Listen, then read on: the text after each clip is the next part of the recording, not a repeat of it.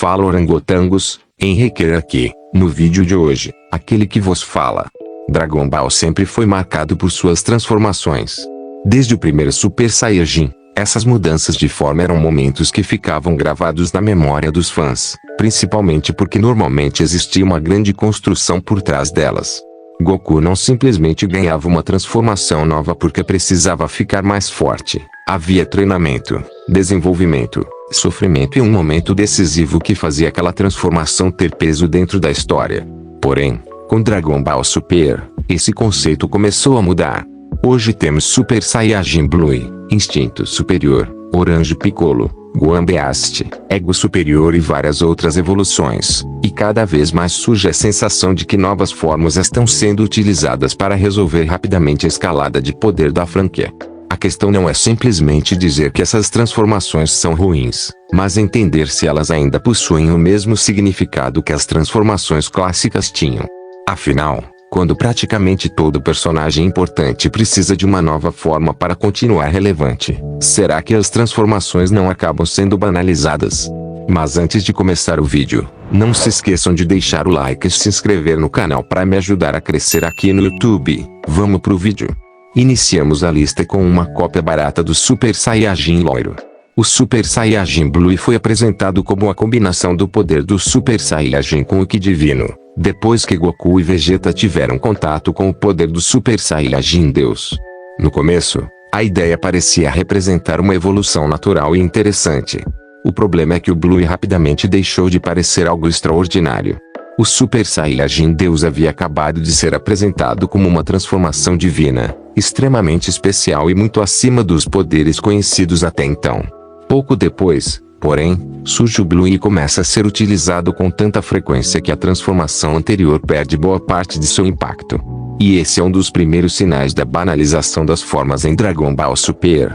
Uma transformação que deveria representar um nível absurdo de poder rapidamente se transforma em uma espécie de forma padrão para Goku e Vegeta. Em vez de o público pensar o personagem alcançou um novo patamar, começa a pensar agora ele vai usar o Blue. O problema fica ainda maior porque novas transformações continuam aparecendo, fazendo com que o Blue, que deveria ser extremamente poderoso e especial, pareça cada vez mais comum. A segunda transformação da lista é a mais relevante de Dragon Ball Super. O Instinto Superior talvez seja uma das ideias mais interessantes de Dragon Ball Super. A proposta de fazer o corpo reagir automaticamente aos ataques, sem depender completamente do pensamento consciente, combina perfeitamente com a ideia de artes marciais e cria uma habilidade realmente diferente das transformações tradicionais. Sua primeira aparição no Torneio do Poder foi um dos momentos mais marcantes de Dragon Ball Super. O problema começa quando o Instinto Superior passa a ser tratado quase como uma transformação convencional. Primeiro temos o Instinto Superior Sinal, depois o Domínio Completo e, posteriormente, diferentes maneiras de Goku aperfeiçoar e utilizar esse poder. O que deveria ser uma técnica acaba funcionando também como uma transformação. Muda o cabelo, muda a aura, muda a aparência e aumenta drasticamente o poder. Isso cria uma mistura entre técnica e transformação que acaba deixando a lógica das evoluções cada vez mais confusa. E existe ainda outro problema. Quando uma habilidade tão especial começa a ser constantemente aperfeiçoada e atualizada, ela também corre o risco de perder parte do impacto que tinha quando foi apresentada. O Instinto Superior continua sendo uma excelente ideia, mas sua utilização constante contribui para a sensação de que Dragon Ball precisa sempre apresentar uma nova versão do poder anterior. A terceira transformação da lista surgiu do absoluto nada. Orange Piccolo é talvez um dos exemplos mais claros de como Dragon Ball passou a utilizar transformações para resolver a questão da escala de poder.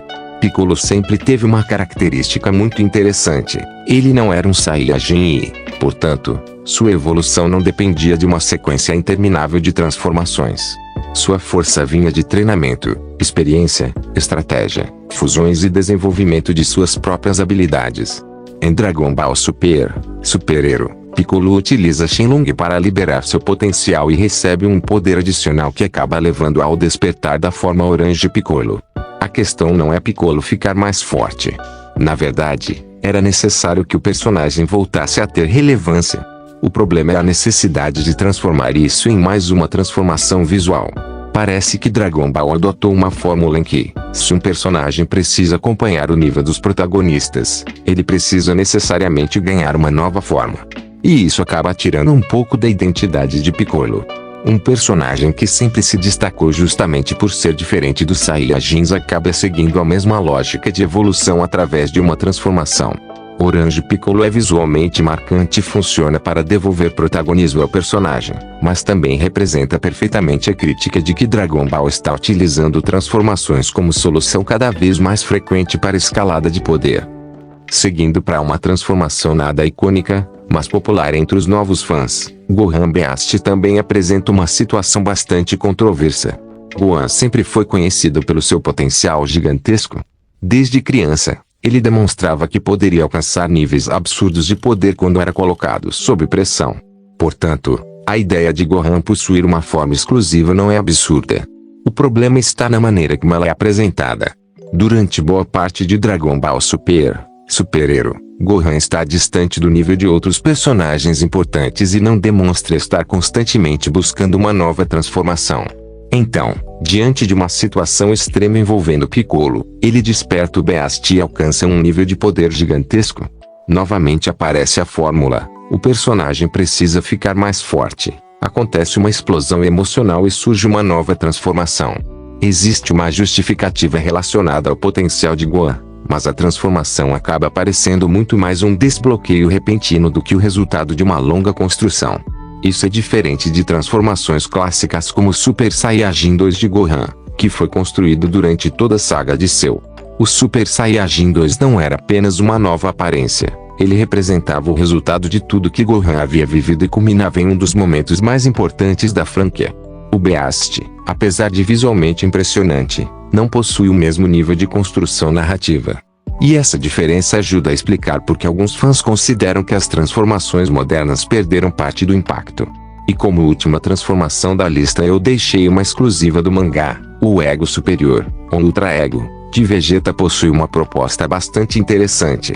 Enquanto Goku segue o caminho do instinto superior, relacionado aos ensinamentos dos anjos e à reação automática, Vegeta segue uma direção associada ao poder de destruição dos deuses da destruição. Isso combina muito com a personalidade de Vegeta e cria uma filosofia própria para o personagem. O problema aparece quando essa evolução passa a ser vista simplesmente como a contraparte do instinto superior. Goku possui uma grande transformação baseada em uma filosofia própria, então Vegeta também precisa de uma forma equivalente. Goku desenvolve seu poder, Vegeta precisa desenvolver o dele. A rivalidade entre os dois sempre foi interessante porque eles eram diferentes e buscavam caminhos distintos para alcançar a força. Por isso, o ego superior funciona melhor quando representa a evolução individual de Vegeta, e não simplesmente quando é tratado como a transformação do Vegeta para competir com Goku. Além disso, existe novamente a questão da banalização. Quando cada protagonista passa a possuir sua própria forma exclusiva, fica cada vez mais difícil criar uma transformação que realmente pareça especial. E é aqui que chegamos ao principal problema. O problema não é Dragon Ball criar novas transformações. A franquia sempre fez isso e, na verdade, as transformações são uma das características mais importantes de Dragon Ball. O problema é quando elas deixam de ser consequências de uma grande construção e passam a ser praticamente a própria solução da história. Antigamente, uma transformação significava que alguma coisa muito importante havia acontecido. Goku se transformando em Super Saiyajin contra Frieza, Gohan alcançando Super Saiyajin 2 contra Cell ou até mesmo Goku alcançando Super Saiyajin 3 eram momentos construídos para causar impacto. Hoje, existe uma sensação de repetição. O inimigo ficou mais forte, então surge uma nova forma, outro personagem precisa acompanhar, então surge outra transformação. Goku ganha uma evolução, Vegeta recebe uma equivalente, Piccolo precisa voltar a ser relevante, então ganha Orange, Gohan precisa retornar ao topo, então desperta Beast. Com isso, a transformação corre o risco de deixar de ser um acontecimento extraordinário e se transformar em uma ferramenta previsível do roteiro. E quanto mais transformações aparecem, menos impressionante se torna a próxima. Se todo arco pode apresentar uma forma nova, eventualmente o público começa a esperar a transformação em vez de ficar realmente surpreso com ela. No final das contas, não é necessário dizer que todas essas transformações são ruins. O Super Saiyajin Blue possui uma boa ideia envolvendo o Ki divino. O instinto superior apresenta um conceito excelente baseado em artes marciais. Orange Piccolo devolve relevância a um personagem importante. Gohan Beast explora novamente o potencial absurdo de Gohan e o ego superior cria um caminho próprio para Vegeta. O problema está principalmente na maneira como Dragon Ball vem utilizando essas formas. Quando quase todo personagem importante precisa de uma transformação para acompanhar a escalada de poder, as transformações começam a perder aquilo que as tornava tão especiais: raridade, significado, construção e consequência. Talvez Dragon Ball não precise parar de criar novas transformações. Talvez precise apenas fazer com que cada nova transformação realmente tenha um motivo para existir e seja construída de maneira adequada. Porque uma transformação não deveria ser memorável apenas porque deixou o personagem mais forte. Ela deveria ser memorável porque representa um momento único na história, um momento em que o personagem ultrapassa seus próprios limites e, principalmente, um momento em que sentimos que, depois daquela transformação, a história nunca mais será a mesma.